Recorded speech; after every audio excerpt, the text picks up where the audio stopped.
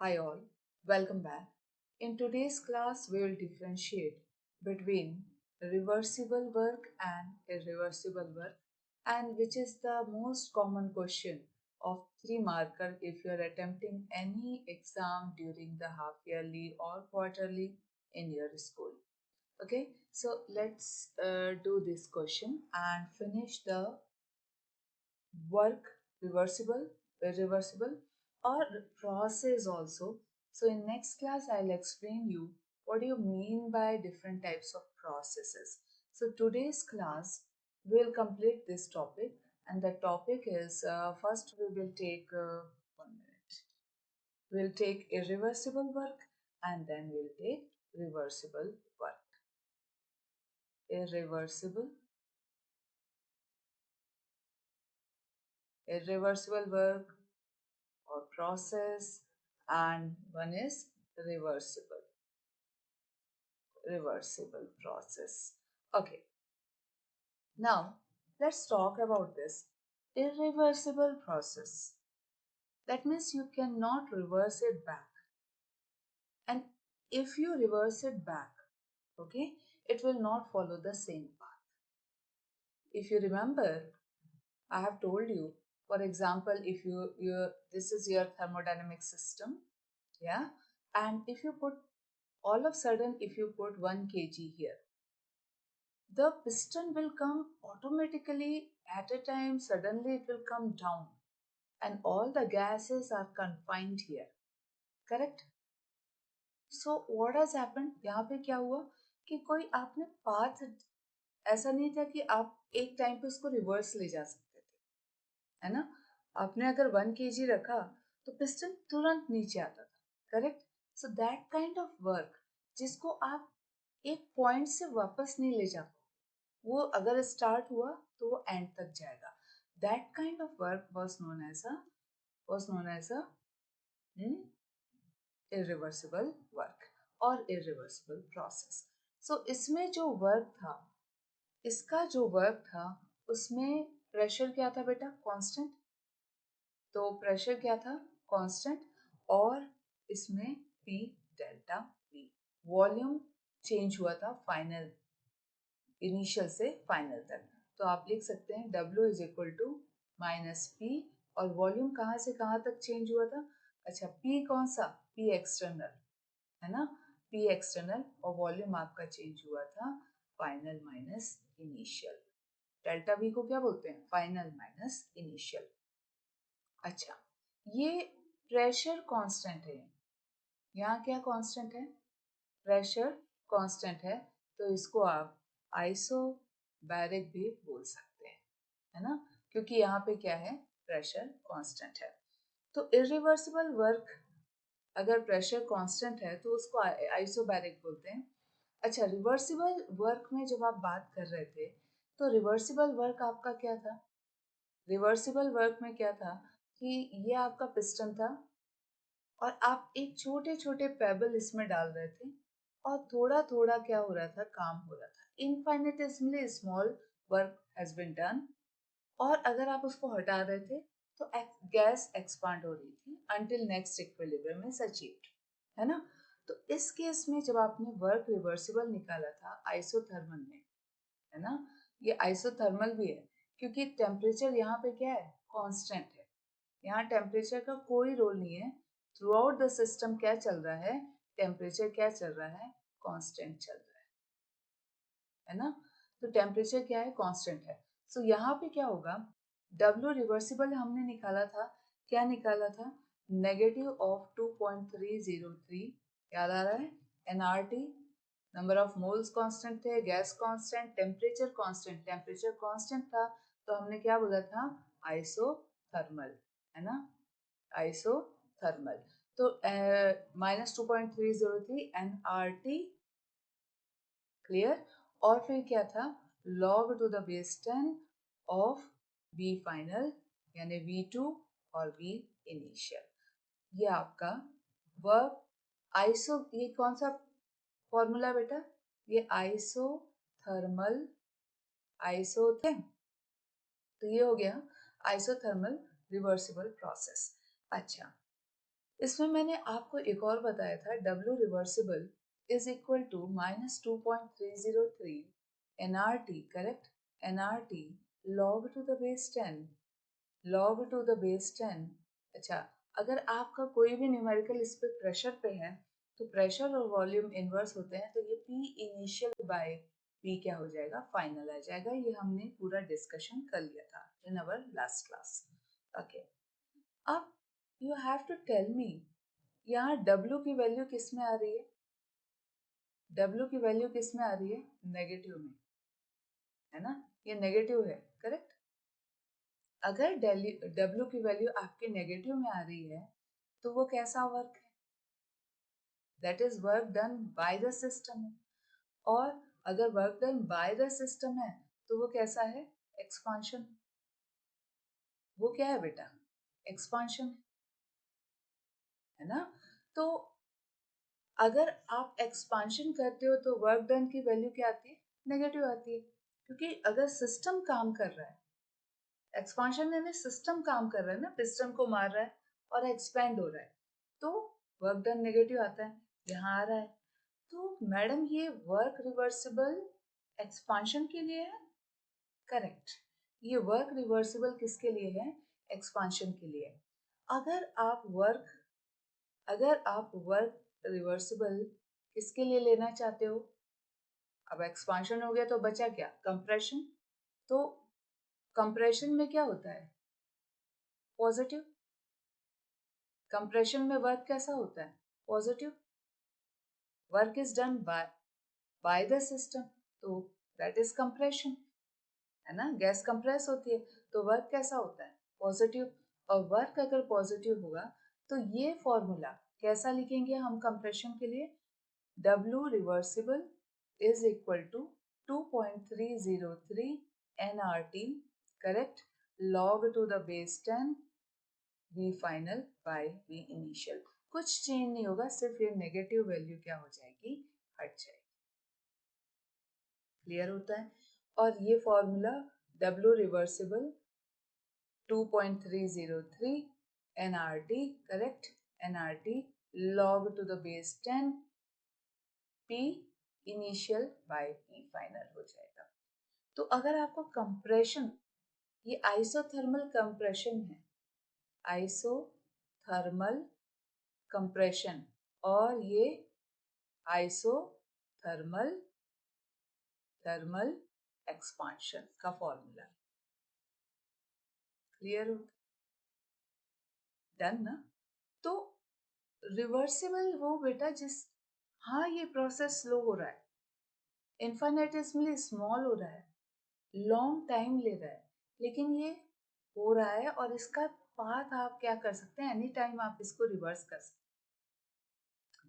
But irreversible में क्या होता है कि अगर आपने एक बार कोई वेट रख दिया 1 kg का, 2 kg का, वो एकदम से पिस्टन नीचे आता है और गैस एकदम जैसे शॉक हो ना, अगर कुछ आप डाल दो तो every gas will confine at one go.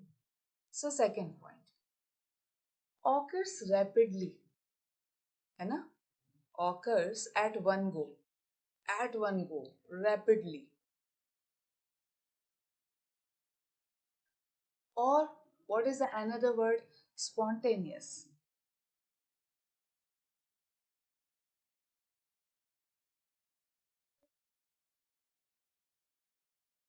Such that it does not remain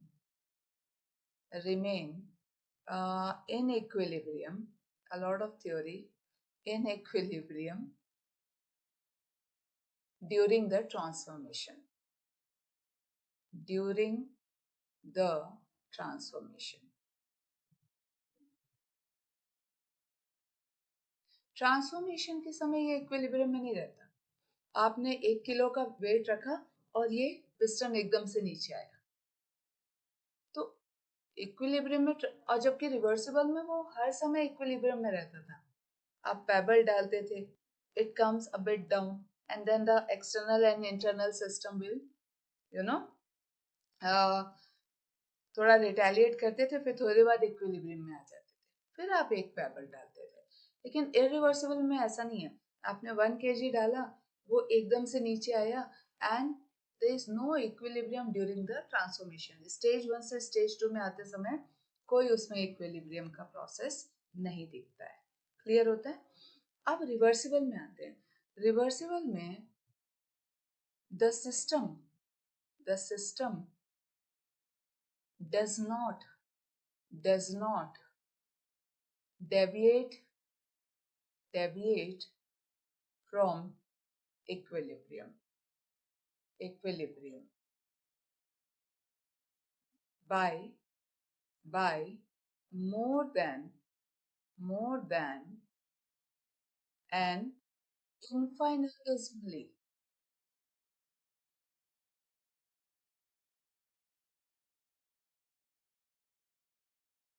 amount। जो डिस्कशन किया वही लिख रहा है कि ये जो सिस्टम है रिवर्सिबल में, वो ज्यादा डेविएट नहीं होता इक्विलिब्रियम में, थोड़ा डिस्टर्ब होगा फिर इक्विलिब्रियम में आएगा, फिर आप पेबल डालोगे, फिर थोड़ा डिस्टर्ब होगा, फिर इक्विलिब्रियम में आएगा। याद आ रहा है? तो ये क्या याद आ रहा है आपको? मैंने बोला था कि पी एक्सटर्नल जो है वो क्या होता है, इसमें क्या होता है, पी इंटरनल, अगर वॉल प्रेशर बढ़ रहा है तो प्लस डीपी, और अगर गैस एक्सपेंड कर रही है तो पी इंटरनल माइनस डीपी। तो इसका फाइनल फॉर्मूला क्या था बेटा? P internal plus minus DP, है ना? तो ज्यादा देर तक ये विदाउट इक्विलिब्रियम नहीं रह सकता, आप थोड़ा डिस्टर्ब करते हो, ये फिर से अपने आप को क्या कर लेता है, सेट कर लेता है। Is it clear? Okay, so this was the second difference which we have to understand. Third difference इसमें जो है, what do you think? What will be the third difference? It cannot be reversed, correct? Third जो difference है हम यहाँ लिखते हैं, third difference, it cannot be reversed by an infinitesimally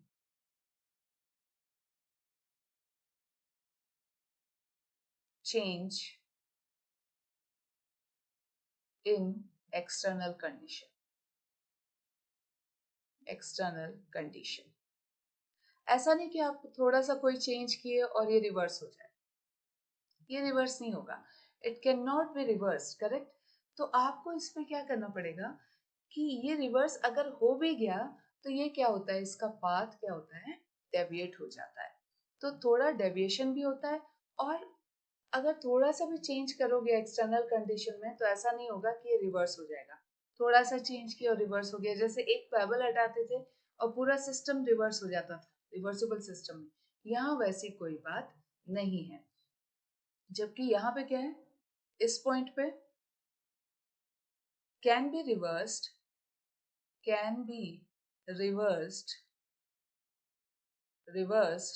by infinitesimal change। Payable डालो थोड़ा चेंज होगा, payable निकालोगे तो भी एक थोड़ा सा चेंज होगा, until next equilibrium is achieved। If you think about irreversible system, it takes a finite time, है ना? एक पर्टिकुलर टाइम लेता है और खत्म, है ना? बट अगर इसकी बात करें तो it takes infinite time। Clear है ना? Fifth point, it cannot be reversed back। it cannot be reversed back। और इसमें can be reversed back, can be reversed back at any point of time, at any point of time. Correct? Clear? So this is how we differentiate. How we read, that's how we write. Correct? So what I suggest here, most of the time I suggest to my friends, uh, don't write any story. Stick to the points, what we have learned in the concept. And that concept you keep on using in the differences. Clear? Now, uh, the real, who is the real process here? If you ask me, who is the real process here?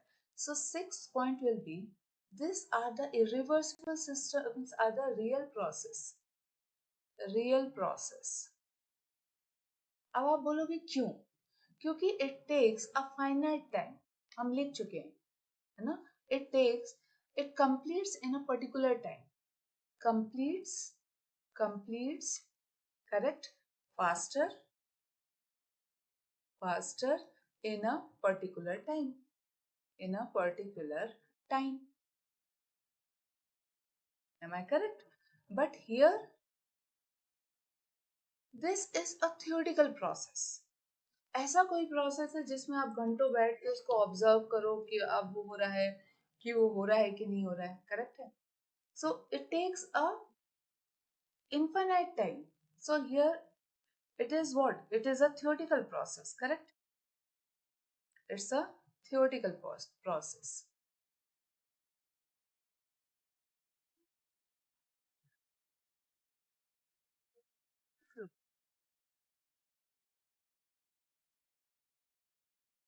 Extremely slow. So these are the differences. So most of the time real process हम इसको मानते हैं.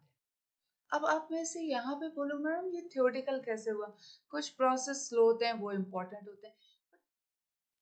हम convention में मानते हैं कि ये थियोरेटिकल ही है, क्योंकि आप किसी चीज के लिए इन्फाइनाइटली स्मॉल टाइम तक बैठ नहीं सकते. करेक्ट है? तो हम इसको कन्वेंशन में मान के चलते हैं कि ये क्या है? थियोरेटिकल प्रोसेस है. ठीक है? Extension here I can say it is an ideal process of conceptual importance only. Importance only. Correct? And after this, the eighth point will be, I'll write here, is the graph. Now I'll not redraw because we have done graph. So you can draw graph here. If it is a 4-marker question, if it takes more time, higher marks always demands a higher difference. So most of the time, if it is 3-marker, 4-marker, try to draw the graph, which we have done already in our previous class.